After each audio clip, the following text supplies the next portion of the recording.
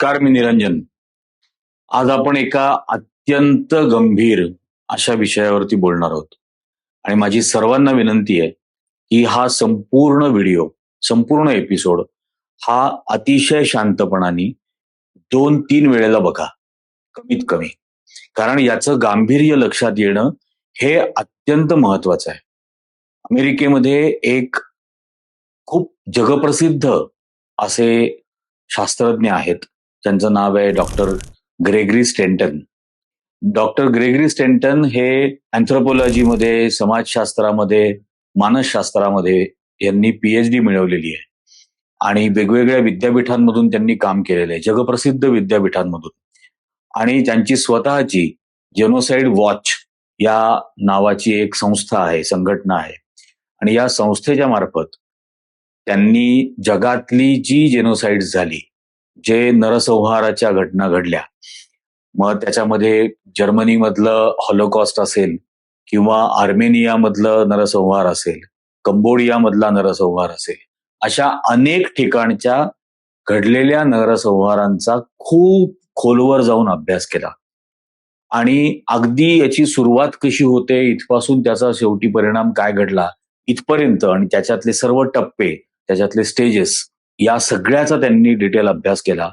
आणि याच्यावरती त्यांनी एक त्यांचा खूप मोठा जगप्रसिद्ध असा प्रबंध पब्लिश केला, ज्याला 10 स्टेजेस ऑफ जेनोसाइड, म्हणजे मानवी नरसंहाराचे 10 टप्पे असं ज्याला म्हटलं जातं. माझ्या सुदैवाने मला ग्रेगरी स्टेंटन यांच्याबरोबर काही काळ अमेरिकेत काम करायची संधी मिळाली होती आणि आम्ही दोघांनी एकत्र बऱ्याच ठिकाणी अमेरिकेत प्रेझेंटेशन्स पण केलेली होती. तर त्यामुळे त्यांच्याशी माझा व्यक्तिगत पातळीवरती चांगला संपर्क आहे आणि आम्ही खूप खूप विषयांवरती जगभरातल्या हे खूप डिटेल त्यांच्याबरोबर बोललेलो होतो. तर काही घटना मी इथल्या पण सांगतो, पण हे 10 स्टेजेस काय आहेत हे पहिल्यांदा लक्षात घेणं खूप गरजेचं आहे. यात खूप मानसशास्त्रीय, मनोवैज्ञानिक ऍस्पेक्ट्स आहेत आणि यातले काही टप्पे हे त्याला आपण पूर्वार्धातले म्हणू शकतो, उत्तरार्धातले म्हणू शकतो. यातले अनेक टप्पे हे एका वेळी काम करत असतात. म्हणजे याला टप्पा म्हणायचं आता नाही, म्हणजे आपल्या मराठीच्या काही मर्यादा असल्यामुळे त्याला मी टप्पा म्हणतो. खरं तर या सगळ्या प्रक्रिया आहेत, म्हणजे या सगळ्या ऍक्शन्स आहेत. त्यामुळे या सगळ्या प्रक्रिया आहेत आणि यातल्या अनेक प्रक्रिया या एका वेळी सुद्धा चालतात. यातल्या सर्व प्रक्रिया या एका वेळी चालू शकतात आणि म्हणून याचं गांभीर्य तितक्या पटीनं वाढतं. आपण फक्त आपल्या पुरता विचार करायचा आणि हे जे प्रक्रियेचं वर्णन करणारं मी आता व्हिडिओ हा सगळा प्रेझेंटेशन करतोय, तर यातला प्रत्येक गोष्टीचा मनात म्हणजे अतिशय शांतपणाने विचार करा आपल्या आजूबाजूच्या परिस्थितीशी. आता यातला पहिला टप्पा आहे की हिंसेची पूर्वतयारी करणं किंवा ज्याला आपण म्हणतो आदरिंग, आपण आणि ते किंवा आपण आणि इतर, असं असं जे वर्गीकरण करणं आहे हे लक्षात घेणं गरजेचं आहे. आणि असे आपल्यापेक्षा इतर कोणीतरी वेगळे आहेत असं सातत्याने सांगण्याचा जो प्रयत्न असतो, आणि म्हणजे जे आपल्याला माहिती आहे भारतामधल्या बाबतीमध्ये की शिक्षित अशिक्षित, अडाणी येतो, असाच येतो, अशा पद्धतीने, किंवा ते सगळे अडाणी आहेत, किंवा कन्हैया कुमारचं आंदोलन ज्या वेळेला सुरू झालं होतं जेएनयू मध्ये, त्यावेळेला टॅक्सपेअर नॉन टॅक्सपेअर अशा पद्धतीने एक वर्गीकरण, सेपरेशन करणं, हा एक प्रकार सुरू झालेला होता. त्याच्यामध्येच आपल्याला माहिती आहे की बऱ्याच वेळेला हे विषय असे वेगवेगळ्या मुद्द्यांनी काढले जातात. आपण किंवा ओपन आणि आरक्षणवाले, किंवा मग आरक्षणवाल्यांना वेगवेगळ्या संबोधनांनी, म्हणजे जे भिमटे म्हटलं जातं किंवा बाबासाहेबांची लेकरं, असा त्यांचा उल्लेख केला जातो. हे जाणीवपूर्वक होत असतं आणि हे कोणीतरी केंद्रीय पद्धतीने हे कंट्रोल करत असतं, मॉनिटर करत असतं, ज्याच्यामध्ये या सगळ्या इतर वर्गांचा उल्लेख हा जाणीवपूर्वक ते काहीतरी वेगळे आहेत, आपण काहीतरी वेगळे आहोत, असा जाणीवपूर्वक केला जात असतो. याच्यामध्ये आपल्याला माहितीये मग हिंदू आणि मुस्लिम हा एक भाग येतो. जसं हिंदूंमध्ये जो एक भाग मी सांगितला की आपण आणि आरक्षणवाले असं एक वर्गीकरण किंवा सेपरेशन केलं जातं हिंदू मुस्लिम मध्ये. मग त्यांचा उल्लेख करत असताना जाणीवपूर्वक मुल्ला म्हणायचं किंवा लांडे म्हणायचं, हे जाणीवपूर्वक ते काहीतरी वेगळे आहेत आपल्यापासून. अदरायझेशन, जे इतर आहेत आपल्यापेक्षा वेगळे, असं सातत्याने सांगणं. दुसरा टप्पा यातला आहे सिम्बलायझेशन, प्रतीकीकरण.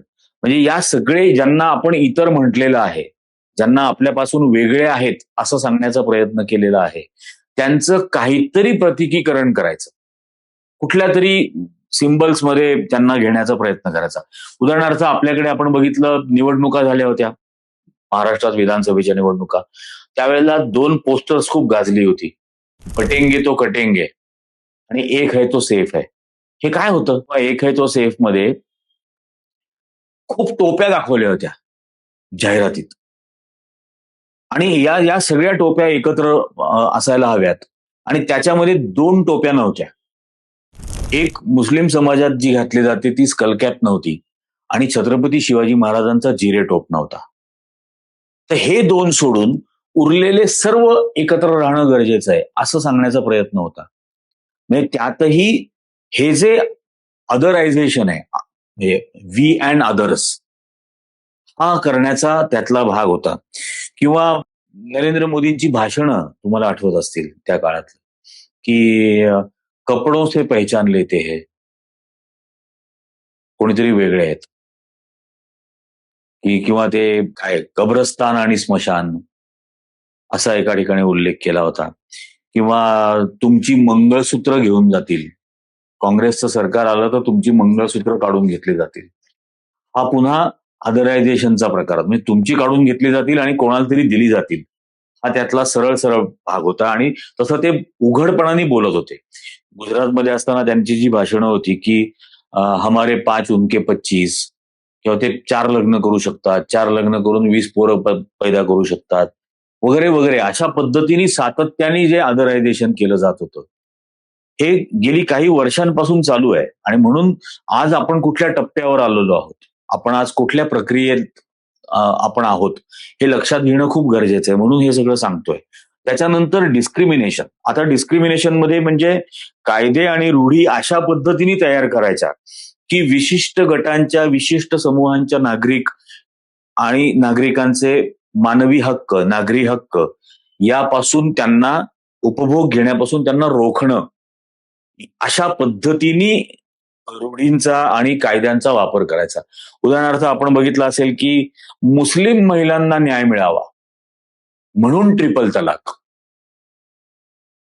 मग हिंदू महिलांना न्याय नको मिळाला, ख्रिश्चन महिलांना न्याय नको मिळाला, सिख महिलांना, जैन महिलांना त्यांना न्याय नको मिळाला, किंवा अगदी आदिवासी महिला असतील, मागासवर्गीय समाजांच्या असतील, महिलांना न्याय असं का नाही म्हणत? मुस्लिम महिलांना न्याय असं सातत्याने का म्हटलं गेलं? हिंदू सुद्धा असे आहेत ना की जे लग्न करतात, लग्न केल्यानंतर बायकोला सोडून देतात, बायकोची काळजी घेत नाही, तिला पोटगी देत नाही, तिच्याकडे ढुंकून पाहत नाही, तिच्याशी लग्न झालं होतं हे सुद्धा लपवतात निर्लज्जपणाने. असे आहेत ना. असे पण आहेत ना की करते करविते पुरुष, करता करविता तरुण, हा आई बापाला त्यांच्या वृद्धापक काळामध्ये सोडून परागंदा होऊन जातो, त्यांचा सांभाळ करत नाही. मग ती आई, विधवा आई जी घरामध्ये राहत असते, ती एकटी राहत असते. तिला सकाळचं तिला घ्यावं लागणारं दूध, भाजीपाला, जे काही राशन किराणा घ्यायला लागत असेल ते, लाईट बिल भरणं, पाण्याची पट्टी भरणं, घरपट्टी भरणं, बँकेमध्ये जाणं, बँकेमधून परत येणं, बँकेत तासन तास लाईनमध्ये उभं राहणं, हे सगळं त्या मातेला करावं लागत असतं. केवळ मुलगा सोबत नाही, मुलांनी साथ सोडली, मुलगा निघून गेला, आई बापांचा सांभाळ न करता पळून गेला, अशाही महिला आहेत ना हिंदूंमधल्या. त्यांचं काय, त्यांना का नाही न्याय मिळू शकत? किंवा एक लग्न केलं, बाहेर दुनियाभरची अफेअर्स चालू आहेत त्याची, असं पण आहेत ना. तो अशा सत्तेच्या किंवा पॉवरच्या पोझिशनमध्ये आहे जो अनेक महिलांचं शोषण करू शकतो. त्या महिलांच्या न्यायाचं काय? पण जाणीवपूर्वक ट्रिपल तलाकच्या नावाखाली मुस्लिम महिलांना न्याय द्यायचा असं बोललं गेलं. आणि त्यात काय केलं गेलं, मुळामध्ये ट्रिपल तलाक हा सर्वोच्च न्यायालयाने बेकायदेशीर ठरवलेलाच होता. यांनी त्याच्याचसाठीचा पुन्हा एकदा कायदा केला. ऑलरेडी तो कायदा झालेला होता. सुप्रीम कोर्टाचा निर्णय हा प्रेसिडेंट असतो, तो केस लॉ बनतो, आपोआप केस लॉ बनतो. त्यामुळे ट्रिपल तलाक हा बेकायदेशीर आहे हा ऑलरेडी केस लॉ बनलेला होता. यांनी त्याच्यामध्ये क्रिमिनलायझेशन आणलं, गुन्हेगारीकरण. म्हणजे अशा पद्धतीने ट्रिपल तलाकचा उच्चार करणारा पुरुष हा तुरुंगातच जाणार, तो क्रिमिनल आहे. आता यातला जो साधा भाग आहे की तो जो 3 वेळेला उच्चार केलेला तलाक आहे तो बेकायदेशीर ठरवला, तो ऑलरेडी ठरलेला होता न्यायालयाकडून, त्याचा केस लॉ पण बनलेला होता. आता गुन्हेगारीकरण केल्यामुळे असं झालं की तो तलाक तर बेकायदेशीर झाला, पण तो नवरा तुरुंगात जाणार. आता तो नवरा तुरुंगात गेल्यानंतर त्या बाईनी जगायचं कसं, हा प्रश्न आहेच ना. म्हणजे तो नुसता बेकायदेशीर ठरल्यानंतर त्याला तिचं पालन पोषण करणं, तिचा सांभाळ करणं हे कायद्याने बंधनकारक होतं. आता त्याला तुरुंगात पाठवून दिल्यानंतर तो पाहूच शकत नाही तिच्याकडं, तिची काळजीच घेऊ शकत नाही. तिला खाऊ पिऊ घालणं, जिवंत ठेवणं, औषधोपचार करणं हेही तो करणार नाही, कारण करूच शकणार नाही तुरुंगात असल्यानंतर. त्यामुळे त्याचं गुन्हेगारीकरण करणं हे आणखीन भयंकर प्रकार करून ठेवला. म्हणजे हिंदू धर्मामधले जे बायकोला सोडून देतात, घटस्फोट देत नाहीत, पोटगी देत नाहीत, तिची विचारपूस करत नाहीत, त्यांना गुन्हेगारीकरण नाही करायचं त्यांचं. त्यांना खरं गुन्हेगार ठरवलं पाहिजे, त्यांना तुरुंगात टाकलं पाहिजे, त्यांना जेलमध्ये फार जन्मठेप दिली पाहिजे, पण त्यांचं नाही करायचं.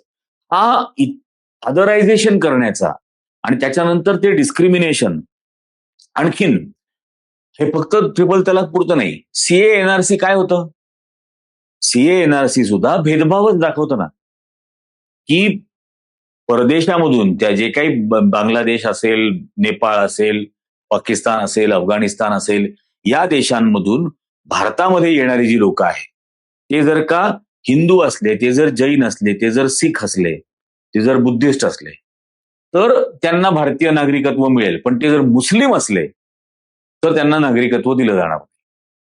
हे डिस्क्रिमिनेशन आहे आणि भारताचं संविधान असं डिस्क्रिमिनेशन नाकारतं नागरिकत्वाचा अधिकार देताना. पण या सीए एनआरसीच्या मधून ते डिस्क्रिमिनेशन केलं गेलं. तर हा तिसरा टप्पा आहे किंवा ही तिसरी प्रक्रिया आहे मानवी नरसंहाराकडे नेणारी. एसआयआर मध्ये काय होत आहे, या स्पेशल इंटेन्सिव्ह रिव्हिजन हे जे मतदार यादीचं चाललेलं आहे, यातल्या आता बंगालमधलं उदाहरण घेतलं तर 97 लाख नागरिकांचा मतदानाचा अधिकार काढून घेतला. याचा अर्थ ते नागरिक नाहीत का भारताचे? उघड झालं ना. मतदानाचा नागरिक असेल तर मतदानाचा अधिकार हा मूलभूत हक्क आहे. त्यामुळे 97 लाख नागरिक हे नागरिकच नाहीत. आता नागरिक नसलेल्या 97 लाख लोकांचं काय करायचं? त्यांना तुरुंगात पाठवायचं, त्यांना दुसऱ्या कुठल्या तरी देशात ढकलून द्यायचं आणि त्यांना घेणार कसे? तो देश तयार असेल का यांना घ्यायला? पण यांना वेगळं करायचं आणि मग यांचं काय करायचं, याच्या अनेक गोष्टी होऊ शकतात. कारण एकदा नागरिक नाही, मतदार यादीत नाव नाही की तुमचं बाकीचं सगळं निघून जातं. रेशन कार्ड निघून जातं, बँकेत अकाउंट ओपन करता येणार नाही, शासनाची कुठली योजना मिळणार नाही, शासनाची कुठली सवलत मिळणार नाही, काहीही मिळणार नाही. हे सगळं नाकारलं जाईल. हे सगळं हा तिसरी प्रक्रिया डिस्क्रिमिनेशनची ही त्या नरसंहाराकडे नेणारी आहे. चौथा, अमानवीकरण करणे, डिह्युमनायझेशन. म्हणजे ज्यांचा म्हणजे अत्याचार करणारे ज्यांचा बळी घेतात त्यांचा अत्यंत अपमानकारक पद्धतीने उल्लेख करणं. जसं काही की मोदी बोलले होते ना एका इंटरव्ह्यू मध्ये की गाडीच्या चाकाखाली एखादं पिल्लू आलं, पपी असा त्यांनी शब्द वापरला होता, तर तो मरतो आणि ते दुःखद आहे असं ते बोलले होते. तर ज्याचा बळी घेतला जातोय त्याच्याबद्दल असा अवमानकारक उल्लेख करणं, पपीज, कुत्र्याचं पिल्लू, असा त्याचा उल्लेख करणं, किंवा त्यांना उंदीर म्हणणं, त्यांना झुरळ म्हणणं, झुरळ मारली. ते जे नितेश राणे भाषणांमध्ये बोलतात ना, हिरवे साप, हिरवे नाग, हे तेच आहे.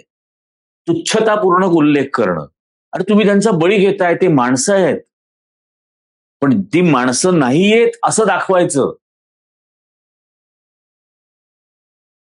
किंवा कॅन्सर म्हणायचं त्यांना. समाजाला लागलेला कॅन्सर आहे. ही सर्रास वक्तव्य आपण ऐकत असतो. किंवा रोग म्हणायचं. विशेषतः कोविडच्या नंतर हे खूप वाढलं होतं, की एका समुदायालाच रोग म्हटलं गेलं. आणि या सर्व अत्याचाराला, याच्यामध्ये होत असलेल्या हत्यांना, यांना हत्या, खून किंवा मर्डर न म्हणता याला स्वच्छ करणं म्हणणं. हे पण आपण ऐकतो की गुजरातच्या दंगलीनंतर हिंदूंची एक स्वाभाविक प्रतिक्रिया आली, असं म्हटलं गेलं. आणि त्या स्वाभाविक प्रक्रियेमध्ये समाजाला स्वच्छ केलं गेलं, असं म्हणत होते. ज्यांना स्वच्छ केलं गेलं या नावाखाली मारून टाकलं गेलं, त्यातला एकही कोणत्याही दंगलीत सामील नव्हता. ते त्यांच्या त्यांच्या घरांमध्ये होते, त्यांचे जगत होते, त्यांचा जगण्याचा संघर्ष करत होते. त्या महिला असतील, लहान मुलं असतील, म्हातारी माणसं असतील, त्यांच्या घरांमध्ये होती. ते दंगलीमध्ये दगडफेक करत नव्हते, हत्या करत नव्हते. पण त्यांना मारून टाकून समाजाला स्वच्छ केलं असं सांगणं, हे जे आहे डिह्युमनायझेशन, त्यांना मनुष्य म्हणून त्यांना ओळखायचंच नाही. आपले तडीपार गृहमंत्री अमित शहा भारतातल्या एका समाजाला दिमक म्हटले होते, टर्माइट. जाहीर सभेत भाषणात म्हटले होते, टर्माइट म्हणजे वाळवी. तर आपण ज्यांचं हत्याकांड करणार आहोत, ज्यांच्यावर अत्याचार करणार आहोत, त्यांचा अशा पद्धतीने तुच्छतापूर्ण उल्लेख करणं, औरंगजेबाची औलाद, हा तसाच तुच्छतापूर्ण उल्लेख आहे. हे जाणीवपूर्वक केलं जातं. आणि ही चौथी प्रक्रिया आहे या नरसंहाराकडे नेणारी. त्यांचं मानवी अस्तित्वच नाकारणं, हा एक अत्यंत गंभीर टप्पा आहे याच्यातला. आता हे 4 टप्पे एकत्रितरित्या जर बघितले तर हे काय करत असतात? हे अशा पद्धतीच्या नरसंहाराचं, अशा पद्धतीच्या हत्याकांडासाठीचं एक बौद्धिक पाया रचत असतं, एक नॅरेटिव्ह निर्माण करत असतं. आणि अशा पद्धतीच्या हत्याकांडामध्ये सहभाग घेणारे जे अत्याचारी आहेत, त्यांना एक अत्यंत हिंसक, नृशंस, रानटी पद्धतीचं एक लॉजिक देत असतं, की अरे ती माणसंच नाही आहेत, ते किडे आहेत, ते झुरळ आहेत, ते कॅन्सर आहेत, त्यांना मारलंच पाहिजे, कॅन्सर दूर केलाच पाहिजे. किंवा हिरवे नाग आहेत, हिरवे साप आहेत, अशा पद्धतीने उल्लेख करणं, की ते मारणाऱ्याला ते आपण जे करतो आहोत ते योग्यच करत आहोत असं त्याला वाटावं. यासाठीचा पाया, हे पहिले 4 टप्पे, या पहिल्या 4 प्रक्रिया तो पाया रचण्याचं काम करत असतात. त्यानंतरचा 5वा टप्पा असतो संघटन आणि व्यवस्थापन. आता मी जे म्हटलं पहिल्यांदा, की हे पहिले 4 टप्पे आणि 5वा टप्पा हे सगळे एका वेळी असू शकतात. एका वेळी हे सगळे प्रक्रिया ही सुरू असू शकते. तर म्हणून 5वा टप्पा जो आहे तो संघटन किंवा ऑर्गनायझेशन याची उभी करणं, याच्यासाठीची लागणारी. मग त्यासाठीचे लागणारे द्वेषाचे गट तयार करणं, हेट ग्रुप्स. त्याच्यानंतर सैनिकी किंवा अर्धसैनिकी शक्ती निर्माण करणं.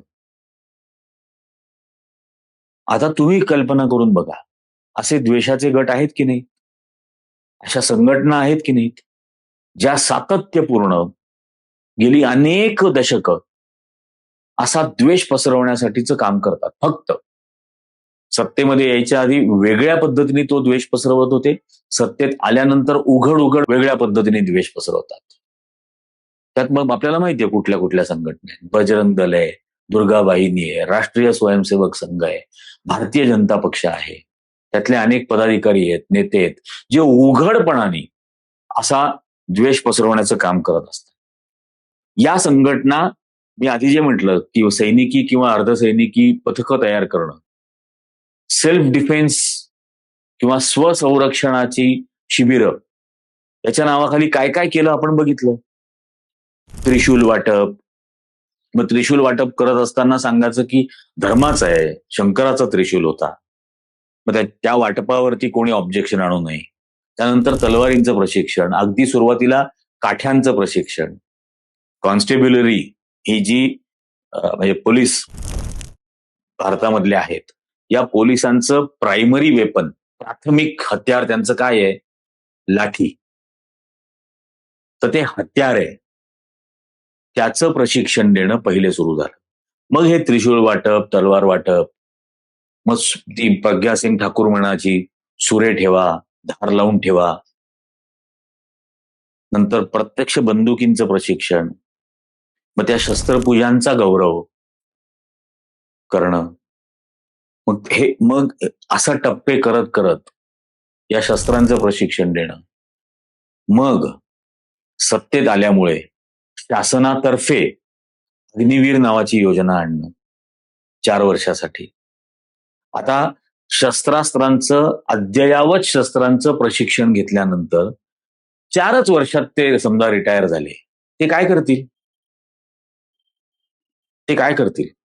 हे रिटायर होणारे लाखो अग्निवीर निवृत्तीनंतर काय करतील? त्यांना अशाच कुठल्या तरी संघटना पोचतील आणि त्यांना ऑलरेडी मिळालेल्या हत्यारांच्या प्रशिक्षणाचा वापर हा नंतरच्या काळामध्ये होऊ शकतो की नाही? पण हा त्या प्रक्रियेचा 5वा टप्पा आहे, ऑर्गनायझेशन. 6वा टप्पा पुन्हा पोलरायझेशन, जो सुरुवात होतो पहिल्या टप्प्यापासून, आपण आणि इतर, आपण आणि ते, ओपन आणि आरक्षणवाले, हिंदू आणि मुस्लिम. मग त्यात मुल्ला मुल्ला म्हणणं, स्कल कॅप वरून एक आयडेंटिफाय करणं. मोहसिनचा झाला ना पुण्यात खून 2014लाच. नुसती स्कल कॅप घातली म्हणून त्याला ओळखलं की हा मुस्लिम आहे, त्याला मारून टाक. सत्तेत आल्याच्या 3ऱ्या दिवशी हे होतं. आता हा जो पुढचा टप्पा आहे की पोलरायझेशन. आता यातला एक अत्यंत महत्वाचा भाग, हे पोलरायझेशन, हे द्वेषाचं ध्रुवीकरण थांबवू शकतील असा जो मध्यम वर्ग आहे, अशा मध्यम वर्गामधल्या लोकांना टार्गेट कर. म्हणजे हिंदूंमध्ये होणारं पोलरायझेशन कोण थांबवू शकत होतात? आणि त्यात सहभाग घेण्यापासून रोखणारे जे मध्यमवर्गीय होते, मग दाभोळकर असतील, पानसरे असतील, गौरी लंकेश असेल, कलबुर्गी असेल, यांना मारून टाकणं. एक दुर्जनांची यादी अशी एक प्रसिद्ध केली जात होती सनातनतर्फे. माझं पण नाव त्यात आणलं होतं दुर्जनांच्या यादीत.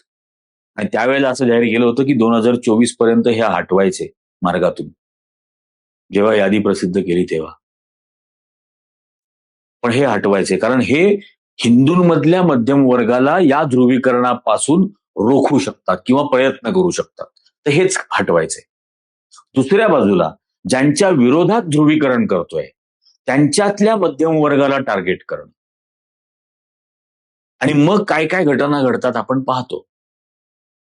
जामिया मिलिया इस्लामिया या विद्यापीठाच्या लायब्ररीवर, हॉस्टेलवर हल्ला होणं, जेएनयूच्या हॉस्टेल्सवर हल्ला होणं, त्या मुलांना मारणं, एनआरसी सारख्या आंदोलनाला बदनाम करण्याचा प्रयत्न करणं, किंवा आता अगदी नाशिक सारख्या ठिकाणी टीसीएस मध्ये जे आहे की हे सुशिक्षित, उच्च शिक्षित मुस्लिम समाजामधले जे तरुण आहेत, या मुस्लिम समाजातल्या तरुणांना रोखणं,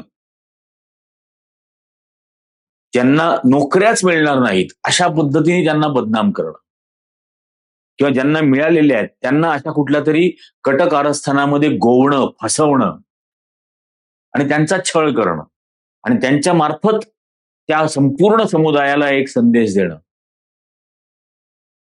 की हे होत आहे. हा हा याच्यातला या 10 टप्प्यांमधला किंवा 10 प्रक्रियांमधला ही 6वी प्रक्रिया पोलरायझेशन. आणि हे सगळं होतंय आपल्या बाजूला म्हणून इतकं कळकळीने सांगण्याचा प्रयत्न करतोय. या नरसंहाराच्या 7वा टप्पा प्रिपरेशन. या नरसंहाराची तयारी करणं. आता तयारी करणं म्हणजे काय? नेत्यांकडून किंवा हे ध्रुवीकरण जे ज्यांनी सुरू केलेलं आहे त्यांच्याकडून एलिमिनेशन किंवा स्थलांतरण, डिपोर्टेशन याची तयारी करणं. याच्या तयारीसाठी लोकांना प्रशिक्षण देणं, शस्त्र देणं. आता हे तेच पुन्हा उदाहरण आहे ना, सीए, एनआरसी, SIR. म्हणजे पहिल्यांदा यांना मुख्य प्रवाहामधून, मुख्य धारेमधून, मुख्य समूहामधून, समाजामधून. समाज हा एका जातीचा नसतो, सर्व जातींचा मिळून जो बनतो तो समाज, ती सोसायटी. बाकीच्या कास्ट असतात. तर सगळ्यांचा मिळून असलेला जो समाज आहे, जी सोसायटी आहे, त्या सोसायटीतून वेगळं करणं, एलिमिनेट करणं, सेपरेट करणं, ते SIRनी केलं, ते CA NRCनी केलं. आणि हे आधीचे जे टप्पे होते, अदरायझेशन, पोलरायझेशन, त्यातून हे सगळं करत गेलं. त्याला कायद्याचं स्वरूप दिलं. त्यामुळे ते लोकांना नॉर्मल वाटावं यासाठी त्याला या कायद्यांचं स्वरूप दिलं, CA NRC सारख्या किंवा SIR सारख्या शासनाच्या योजनेचं स्वरूप त्याला दिलं. पण उद्दिष्ट हे पुन्हा सामाजिक दृष्ट्या त्यांना सेपरेट करणं, कोणाला तरी सेपरेट करणं. आणि मग त्यात फक्त एक धर्म म्हणून नाही, जे जे विरोध करणारे असतील त्या सर्वांना सेपरेट करणं, हे याच्यामध्ये. त्याचा पुढचा टप्पा प्रक्रिया, 8वी प्रक्रिया प्रॉसिक्युशन. हा एक खतरनाक टप्पा. प्रॉसिक्युशन म्हणजे छळवणूक किंवा त्रास. आता या CA NRC किंवा SIRचा लॉजिकल कॉन्सिक्वेन्स काय असणार आहे? की यांना नागरिक म्हणून असणंच अमान्य केल्यानंतर, जसं मी आधी म्हटलं, यांचं पॅन कार्ड कॅन्सल होईल, यांचं आधार कार्ड कॅन्सल होईल, यांचं रेशन कार्ड कॅन्सल होईल, यांचं ड्रायव्हिंग लायसन्स कॅन्सल होईल. यांना मतदानाचा हक्क नाकारला गेला. दुय्यम नागरिकत्व. जगायचं असेल तर आमच्या दयेवर जगा, आमच्या याचना करून जगा. ही छळवणूक आहे. मुलांना शाळेत घालता येणार नाही, शिक्षण देता येणार नाही, काहीही नाही. नोकरीला अप्लाय करता येणार नाही. कुठला उद्योगधंदा व्यवसाय करायला जाल तर कोणी कर्ज देणार नाही, बँका कर्ज देणार नाही, बँकेत अकाउंट ओपन नाही करू शकणार. पण त्यासाठी लागणार हे काहीच तुमच्याकडे नाही. त्यामुळे हा छळवणुकीचा पहिला टप्पा. याचं डिस्क्रिप्शन असं आहे की पहिले पीडितांना ओळखणं, आयडेंटिफाय करणं. ते आयडेंटिफाय करून झालं या आधीच्या 2 प्रक्रियांमधून. ते आयडेंटिफाय केल्यानंतर त्यांना अटक करणं, त्यांच्या छावण्या उभारणं, त्यात त्यांना कोंडून ठेवणं किंवा त्यांना एका ठिकाणी तुरुंगामध्ये एकत्र करणं, तिथं त्यांचा छळ करता येईल, मारता सुद्धा येईल. बघतोय ना आपण भारतात. 5 वर्ष झाली उमर खालिद सारखा PhD झालेला मुलगा, डॉक्टरेट मिळाले, मूळचा आपल्या अमरावतीचा उमर खालिद, हा 5 वर्षापासून तुरुंगात आहे आणि त्याच्यावरती आरोपपत्रच दाखल झालेलं नाही कोर्टात. आरोपपत्रच नाही, चार्जशीटच नाही. शर्जील इमाम, हा पण PhD झालेला, अत्यंत संवेदनशील मुलगा, डॉक्टरेट, तोही 5 वर्षापासून तुरुंगात. आरोपपत्रच नाही. सडत राहा तुरुंगामध्ये. तुमचं मनोबल ढासळलंच पाहिजे, तुम्ही खचलेच पाहिजे. यासाठी ही सगळी धडपड करणं आणि मग ही उदाहरणं दाखवणं की उमर खालिद होऊ शकतो तुमचा शर्जील इमान होऊ शकतो, तुमचा प्रोफेसर साईबाबा होऊ शकतो, तुमचा फादर स्टॅन स्वामी होऊ शकतो. बिना खटल्याचं, बिना सुनावणीचं, वर्षानुवर्ष तुरुंगात. आत्ता परवा ऍडव्होकेट सुरेंद्र गडलिंग यांना जामीन मिळाला 8 वर्षानंतर. 8 वर्ष तुरुंगात. चार्जशीटच नाही न्यायालयात. आणि त्यांच्याच बरोबर असलेले आपण ते आधी बघितलंच, फादर स्टॅन स्वामी कसे वारले. त्यांना म्हणजे पार्किन्सन्सचा आजार झालेल्या माणसाचे हातपाय कापत असतात, सतत थरथरत असतात. त्यामुळे पाण्याचा ग्लास हातात धरून पाणी पिऊ शकत नाही. म्हणून स्ट्रॉ मागितला. स्ट्रॉ कसा असतो? स्ट्रॉ मागितला पाणी प्यायला, की तो स्ट्रॉच तोंडामध्ये धरला जाईल. हातपाय कापलं तर पाणी सांडण्याचा विषय येणार नाही. स्ट्रॉ सुद्धा नाकारला या सरकारने. तडफडून मेला तो माणूस. 80 वर्षाचा म्हातारा तडफडून मेला. पण हे केलं. आणि हा पर्सिक्युशन, हा या नरसंहाराकडे नेणारा 8वा टप्पा. हे स्टॅन स्वामीचं झालं किंवा ओमर खालिदच्या बाबतीमध्ये जे होत आहे, हे जाणवतंय किती लोकांना, याचा त्रास किती लोकांना होतोय, हे कुठं जाणार आहे हे लक्षात घेण्यासाठीचा विचार तरी लोक करतायत का? आणि याचा परिणाम काय होईल? का याच्या विरोधात लोक उभी राहत नाहीत? हे सगळं विचार करणं गरजेचं आहे. त्याचा पुढचा टप्पा आहे एक्सटर्मिनेशन. म्हणजे याला निर्णायक टप्पा म्हणा, नरसंहाराचा टप्पा म्हणा, 9वा टप्पा. आता आपण 8व्या प्रक्रियेपर्यंत आहोत ना आलेलो. प्रोसिक्युशन होत आहे, सेपरेशन होत आहे, पोलरायझेशन होत आहे, अदरायझेशन होत आहे, कायदेशीर स्वरूप देऊन कसं वेगळं केलं जातंय. हे पहिले 8 टप्पे तर ऑलरेडी आपले झालेत. आता 9वा टप्पा हा डायरेक्ट नरसंहाराचा. कारण बेछूट, बेभान आणि उन्मत्त केलेला जमाव हा जन्माला घातलाय, ऑलरेडी जन्माला घातलेला आहे. त्याला वेगवेगळ्या प्रकारच्या नशा दिलेल्या आहेत. जे मी आधी म्हटलं, बौद्धिक पाया तो धर्माच्या नावाखाली दिलेला आहे, तो नॅशनॅलिटीच्या नावाखाली दिलेला आहे. असे अनेक प्रकारचे बौद्धिक पाये ऑलरेडी रचलेत. ज्यांना आपण मारणार आहोत ती माणसंच नाहीत, हेही त्यांच्या मनामध्ये रुजवलंय. साधे राजकीय विरोधक. बंगालमधली निवडणूक झाली. बंगालमधल्या निवडणुकांचे निकाल लागल्यानंतर रात्रभर बंगालमध्ये काय होत होतं?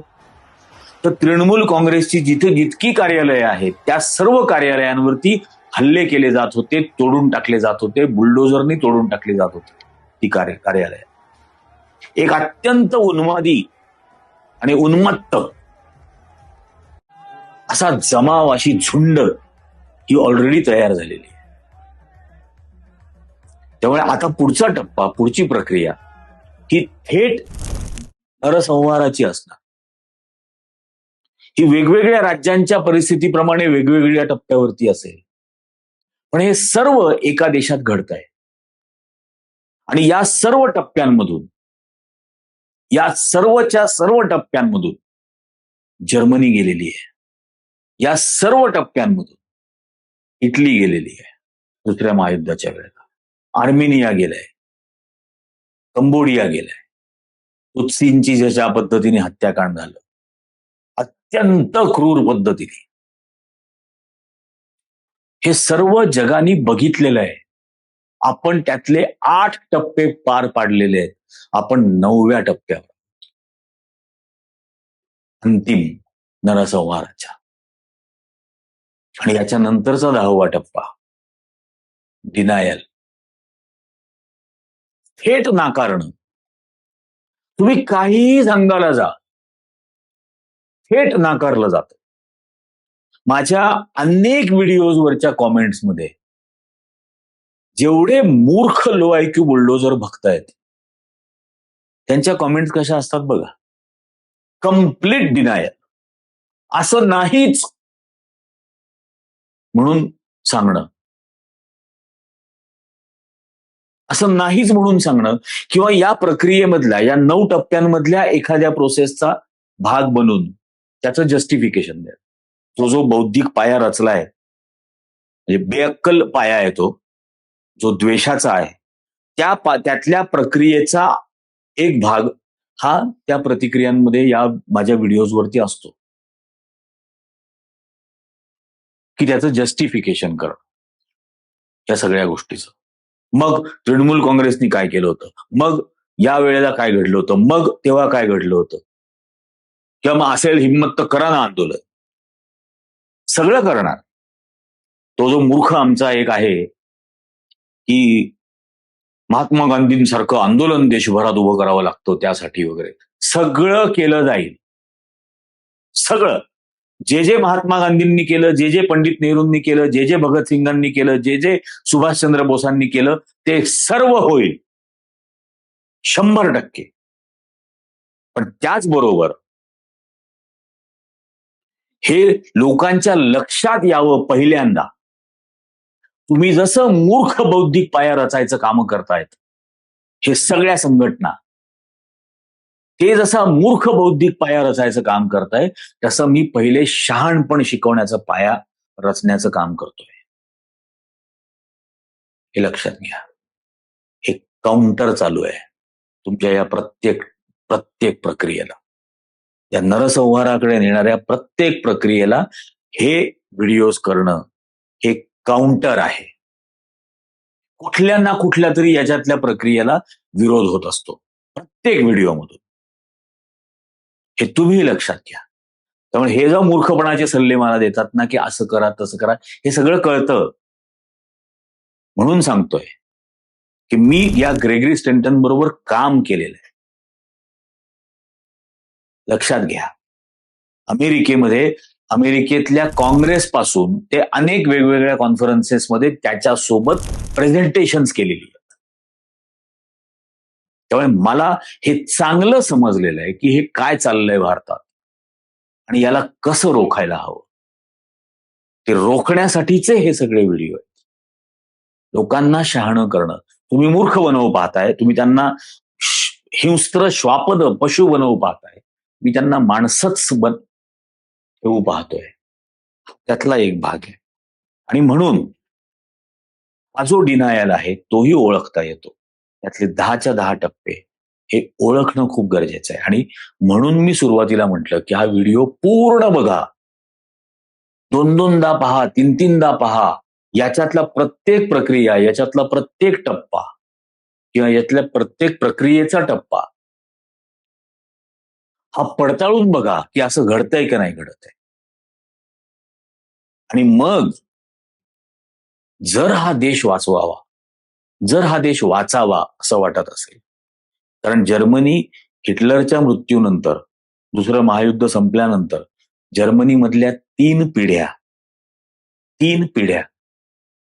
या अत्यंत लज्जित लाजिरवाण्या अशा मानसिकतेत जगल्या. ते जगाला सामोरेच जाऊ शकत नव्हते की आमच्याच वाडवडिलांनी इतकं भयंकर काहीतरी केलेलं आहे, इतकं अमानुष काहीतरी केलेलं आहे, इतकं द्वेषपूर्ण काहीतरी केलंय. हे पुढच्या पिढ्या त्यांच्या गिल्टमधून, त्या गिल्टमध्येच राहिल्या 3 पिढ्या. आणि म्हणून या मूर्खांना सुद्धा सांगणं आहे भक्तांना की तुमच्या पुढच्या 3, 4, 5 पिढ्या या अशा लज्जित शरमेमध्ये आणि अपराधी भावनेमध्ये जर जगू नये असं वाटत असेल तर आज शहाणे व्हा. आज हिंस्त्र श्वापद बनू नका. ते बनायला नकार द्या किंवा ते बनवणाऱ्यांना रोखा. याच्यामध्ये फक्त विनाश आहे. हे जे केलं जात आहे देशात, याचा परिणाम फक्त आणि फक्त विनाशाकडे नेणारा आहे. संपूर्ण सर्वनाश, राख होईल. कदाचित राख झाल्यानंतरच त्याच्यातून फिनिक्स उभा राहील, पण तरीही राख होऊ नये यासाठीची ही धडपड. जास्तीत जास्त लोकांनी या व्हिडिओला लाईक करा. जितकी जास्त लोक या व्हिडिओला लाईक करतील तितकं युट्यूब जास्त प्रमोट करेल. तुम्ही लाईकचं बटन दाबल्यानंतर हाईपचा ऑप्शन येईल, तर हाईपही करा. हाईपही 80 पॉइंट वाढतात. त्यात काही पैसे लागत नाही, पण तेवढं हाईपचं एक बटन दाबल्यामुळे आणखीन काही लाख लोकांपर्यंत हा व्हिडिओ जाऊ शकेल. जितक्यांपर्यंत तुम्ही याची लिंक शेअर कराल तेवढ्या सर्वांना चॅनल सबस्क्राईब करायचा आग्रह करा. काय वाटेल ते हो, किती का किंमत चुकवायला लागो, आपल्याला हा देश आणि या देशातला प्रत्येक माणूस वाचवायचा आहे. आत्ताच्या भागात इतकंच. धन्यवाद.